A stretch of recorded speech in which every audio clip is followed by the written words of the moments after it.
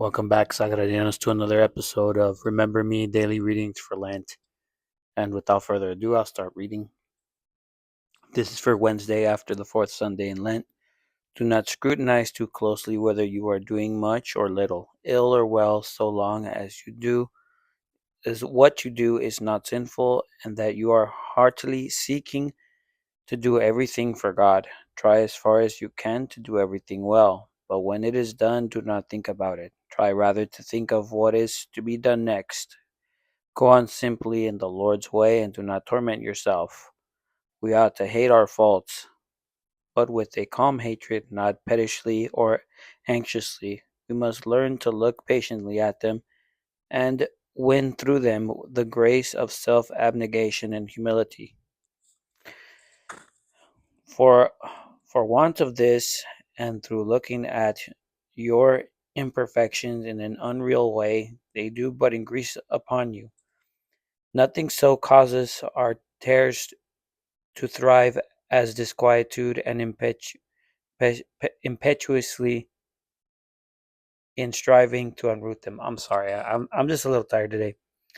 There is a great temptation to be disgusted at the world when we are constrained to dwell in it, but God's providence is wiser than we are. We fancy that if we changed our our portion, we should be better. Possibly if we change ourselves. But I am a steadfast foe to all such useless, dangerous, evil desires, even when what we wish for is good in itself. The desire is evil, since God denies us that particular good thing, and chooses rather to prove us in some other way. He wills to speak to us as to Moses from the burning bush, and we would fain to hear him in a still small voice, as when he spoke to the prophet Elias. This is by St. Francis de Sales. And then to finish off today's reading, blessed are they that follow in all things the will of God. So these are kind of long readings today. There's a lot of stuff to go over. But what I got from this is do not scrutinize too closely whether you're doing much or little, ill or well, so long as what you do is not sinful and you are heartily seeking to do everything for God. This kind of sounds to me like it's kind of speaking against scrupulosity. I know there are people who suffer from that, and to that I would say, um, try not to hold yourself to too high a standard. Right, it's so high a standard that you can't do anything. Scrupulosity is dangerous. There was an episode where we talked about it, about how not to hold yourself uh, that scrupulously, but it goes try as far as you can to do everything well, but when it is done, do not think about it. So sometimes, last week for me, I had a terrible week. Everything that went wrong could go wrong, and it was very annoying.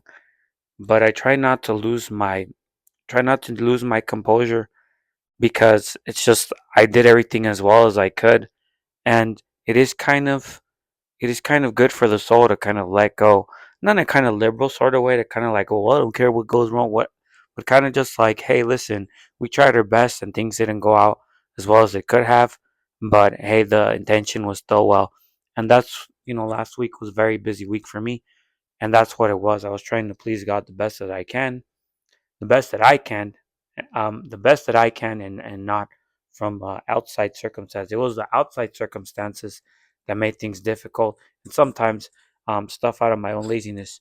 But I try to do the best that I can, even though I would be the first to say that last week was a terrible week. Pretty much telling you everything that went every not it wasn't like extremely bad, but it was more like any annoying little thing that could happen did. So it was kind of it was kind of tough, and I'm still trying to clean up the mess from last week. It's not anything serious, but it's very annoying. We ought to hate our faults with a calm hatred, and not pettishly nor anxiously. So yeah, we do have to hate our faults. We don't have to get it to like a freakishly to a level like a freakish level, but we should hate our faults and try to learn from them, especially right like last week. Again, using myself as an example, maybe I do need to plan a little better, and plan a little more, and to give myself reminders so I don't yeah, I don't do stuff. And this was a lot. This reading's kind of like for me. So we must look patiently at them and win through them grace or self-abnegation and humility. So use these opportunities when things don't go our way for mainly, I would say, for humility.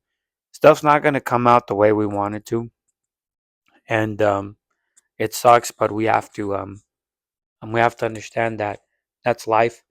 We don't have control. God ultimately has control, and if He wants to lend a helping hand, sometimes we can pray for it.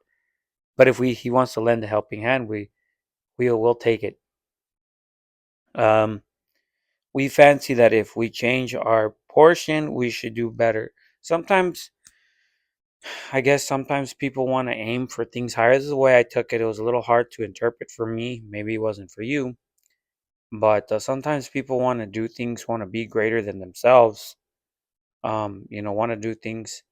Yeah, we you can either call it from vanity or something, but want to do something more, want to be something more. I guess want to exude more worldly success, and it's kind of way go for the I want to make more money because I want to make things easier, whatever, whatever.